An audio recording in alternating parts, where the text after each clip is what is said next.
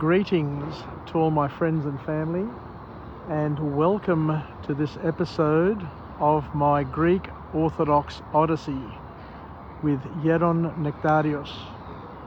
Geron Nektarios is a monk in Greece who runs a monastery and also publishes a magnificent YouTube channel entitled Geron Nektarios, where he has almost 1,000 videos on spiritual things which are spoken in Greek, and I love taking his material, listening to it, interpreting it, and then translating it as best I can into the English language to then pass it on to people who are interested in learning about the Christian faith, and by delving into some of the mysteries that sit within the Greek Orthodox, within the Eastern Orthodox Church.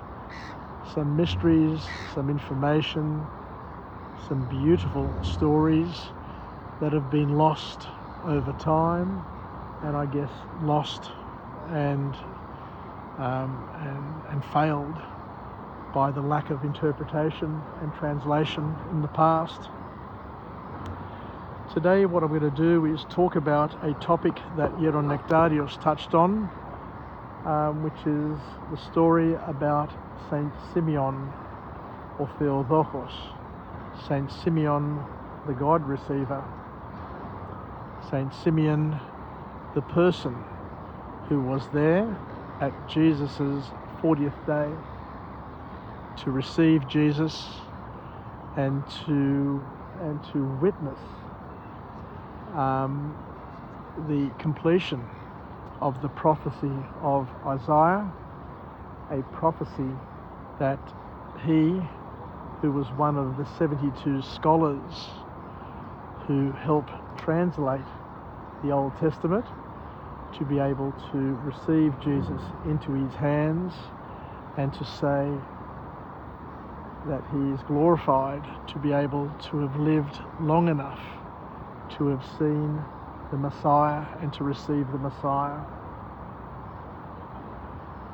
So, as the story goes, according to Geron Nektarios, during Jesus' time, he would go to a mount just outside of Jerusalem to pray on occasion, which shows us that the power of personal prayer is just as important and just as critical as the communal prayers that we are called to make as part of a church community. On this mount just out of Jerusalem is also the house and tomb of a person who is known as Saint Symeon the Theodochos, and he was buried there together with his parents and was of Jewish descent. Saint Symeon the Theodochos played a critical and a very important role in both the history of the Old Testament as well as the history of the New Testament as well. He was a Jewish scholar who was well versed in both the Hebrew and the Greek language, and was selected as one of the 72 scholars who were called upon to translate the Jewish texts, the Old Testament that was written in Hebrew, and to translate it into the Greek language. And this translation is named the Septuagint, after the 72 scholars, 6 from each of the tribes of Israel, who were used and called upon to translate it into the Greek language. And this was done at about 300 BC. I don't know the exact date, but it's around 300 BC. During the reign of Ptolemy II, who was a pharaoh of Egypt, and what he wanted to do was to include the Old Testament in his library of Alexandria, and for it to be available to all the Jewish people, to be able to study their history, their religion, in the language of Greek. So this was during the reign, I want to clarify, of Ptolemy, who was a pharaoh in Egypt. And back in those days, what's important to understand is that the lingua franca, the language of the time, was Greek. Just like today, wherever you go throughout the world, throughout the civilized world, the business language, the language of the educated people, is English. Just like it is today, the language of English is the lingua franca of the world. So too, in ancient times, the language of the world, the language of the elite, the language of the educated, the language used at universities, the language of the sophisticated, was the Greek language. So the Pharaoh wanted the Old Testament, the scriptures of the Jewish people translated into a language that most Jewish people would have been able to understand, because the important thing to realize is just like Greek Australians, just like American Greeks or Greek Americans and the diaspora that is passed throughout the world, who understand the English language today. Back then, the Jewish people were Hellenized in many ways. They were Hellenized in their thoughts, they were Hellenized in their language, they were Hellenized in many of their customs, because the language that they used to communicate on a daily basis was the Greek language and not the Hebrew language. It's important to understand that. And the first Christians were Hellenized Greeks. Greeks who knew, Hellenized Jews, not Hellenized Greeks, Hellenized Jews who knew the Greek language, who thought in a Greek way, and who practiced their faith by learning it with the Greek language. Just like today, when people go to church, go to Greek church and listen to the services in English in order to understand them, because the reality is that most of us, whenever we go to church, find it hard to understand the Greek service, unless of course you've been in the church for many years and you've followed the liturgy in Greek and English and studied it to a great degree. But just like today, the preference is for people to listen to things in English in order to understand them better. Back in those days, the Jewish people needed to listen to things and to read them in Greek in order to appreciate them and listen and understand them better. So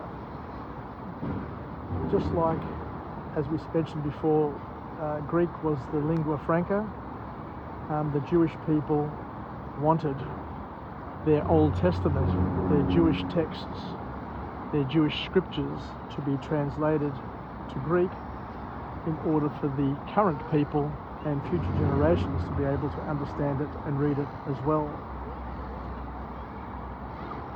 So the bottom line is that the Jewish people of those times had been Hellenized, and only later did the Jewish people actually go back to their original language. So what we'll do is we'll focus a little bit more on this translation of the Old Testament from Hebrew to Greek to get an appreciation of the history and how important it is to Christianity. So 72 people, 72 scholars were selected, the best in the land, to perform the translation. And Saint Symeon was one of those 72. And he recalls that when he was doing the translation about 300 years before Jesus was born, he was translating the prophecies of Isaiah, and he was troubled by the thought that a virgin would give birth to the Messiah. He thought that this could not possibly be, logical. It was almost impossible in his mind to ever appreciate or accept that a virgin could give birth to God. So he decided to sleep on it and to think about it, because after all, his job was to understand it and to translate it into the Greek language and to accurately translate it as it is written and to put it into the right context. So in order to help him achieve this, what he did was that he decided to seek divine intervention. And what he decided to do was to take his wedding ring, his wedding band, as he was married, and throw it into a river, throw it into the sea. I don't exactly know where he threw it, but he threw it into a body of water and said that if indeed the prophecy was true and the interpretation was as it was written, then the ring would find its way back to him in some way, shape or form. And the legend has it that he sat down for a meal one day on a later date with his family. He went somewhere for a meal, and it was a fish meal. And when he opened the fish to receive his portion, there indeed he found his wedding band that he'd cast into the sea, into the water, into the river. It had been swallowed by the fish, and it had found its way back to him, which verified and validated his prayer and enabled him to complete his translation of that portion of the prophecy of Isaiah, where he wrote and he verified that a virgin would give birth to the Messiah. But having translated the Old Testament into Greek, he prayed and prayed that he would live long enough to actually see and be present to see this prophecy come true. And at one point in his future, when he was very, very old, a lot older than what most people tend to live, he was about 300 years old when Jesus was born. And on the 40th day, the Virgin Mary, what was the custom of the Jewish people, was the Virgin Mary took Jesus to the temple to present him at the temple, to be purified and to be prayed over. And Saint Symeon was somehow mystically transported to this temple, and he and Hannah, another prophetess, was there to see and to witness the Messiah on that particular day. And he received Jesus into his hands, and looking at Jesus, he lifted him into the sky above his head, and he said that the prophecy had finally been fulfilled, and the translation that he had confirmed in the Septuagint was indeed correct, and he'd lived long enough to see the Messiah. At which point he said, now, he was ready to die, he was ready to be transported and to go to another life, to his afterlife. So a very, very powerful story, a very, very powerful moment. And we Greek Orthodox celebrate this day, and it's called Papadis, where the Virgin Mary enters the temple, and Saint Symeon is there to receive Jesus, and hence why he's called the Theodochon, because he's the God receiver. And Prophet Hannah was also there to witness this particular moment.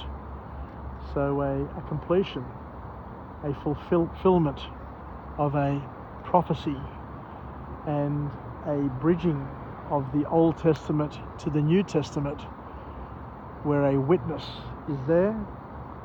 And on many occasions you will see the prophet Saint Symeon in some of the icons of the resurrection, where he is on the right hand side of the icon, where he's not only witnessing Jesus being born, the Messiah being born, but he's also there to witness his resurrection and his full glory as God at the same time. So thank you very much for taking the time to listen to this episode of Jim's 5am Club, where once again we go on a journey and learn some things that may have been missed, may have been lost in other versions of Christianity. But these are beautiful moments, these are beautiful stories, these are beautiful accounts, very, very powerful accounts that help bridge the old with the new, and to once again validate the beautiful message, the beautiful Christian message of the ever Virgin Mary, the virginal birth of Jesus, who is God, and how there are witnesses and people who are part of that journey, part of that mystery, and it's just not something that is made up. It's not just a fantasy, it's just not a fairy tale, but an actual witness that has taken place, an actual event that has taken place, and something that has transformed not only the world, but each and every one of our lives. Take care, Yassas. Bye for now. And a special mention to Geron Nektarios for his great work at taking these very, very complex messages that are buried within our faith, and articulating it as clearly as he can. And he's a great communicator, and he's a great gift to the church and to our faith. and he makes it possible for people like myself, simple people like myself, who live on the other side of the world, in a country far, far away from Jerusalem, far, far away from the Holy Lands. I'm not a theologian, I'm just a simple lay person who enjoys taking and presenting and passing on the great gifts that we have available in our church and in our faith. So wishing you all the very best. I can't wait to come to you again from a different place with a different message of empowerment, a different message of our faith, where we can take it and we can pass it on to future generations to be able to decipher, to enjoy, and to spread the word to people within their communities and their generation. Γεια σας, take care, και Χριστός Ανέστη, αληθώς Ανέστη. And to all of us, may God continue to bless us and to lighten and to bring light to our paths. Bye for now.